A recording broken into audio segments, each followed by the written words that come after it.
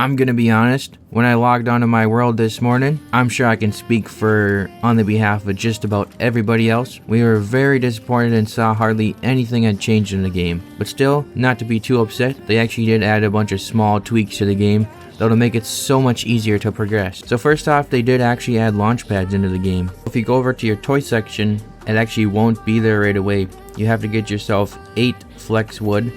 You're gonna need 4 copper bars and 1 silk fabric.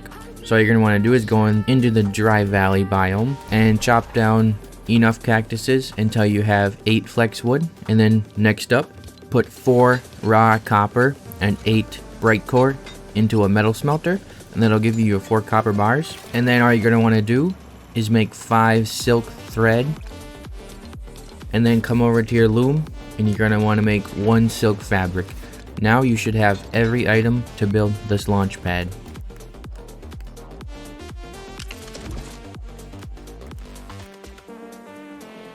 Now Epic did actually add another thing to the game. Now actually if you place a campfire down and you throw an item in it, it'll actually slowly burn away.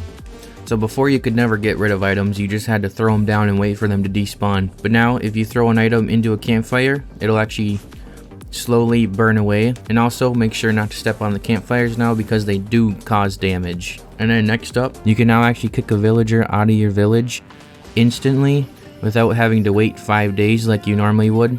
And this is actually pretty cool because now if you don't want a villager and you accidentally, let's say you accepted them into your village, now you can just kick them out right away without having to wait in game 5 days. So that's cool. They also added to where you can actually delete your village instantly instead of having to wait 5 in-game days after placing it as well. Now, I'm not sure why you'd want to delete your village, but the option is there. And still on the topic of the villagers, they can now open any of your doors. Like before, they just get stuck in your door and you wouldn't be able to open them. You just keep constantly talking to them and you could not open the door. Now they can actually go in the doors and shut them behind them. So that's pretty cool. Now this one's actually a pretty good update. This is one that's going to help when you're fighting, let's say a wolf or something, and you need to eat.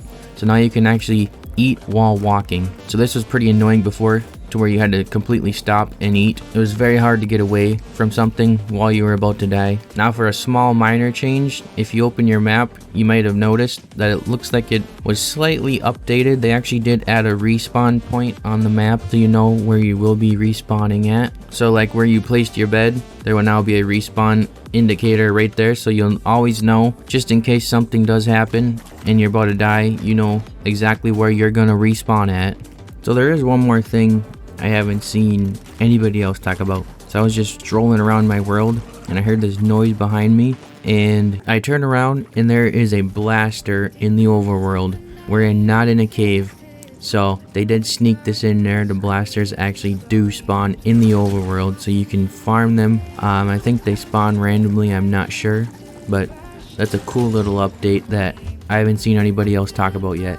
Now that's all the updates that have happened, pretty much, that are worth explaining. Lego Fortnite did tweet about a new update coming to Lego Fortnite late February, hopefully.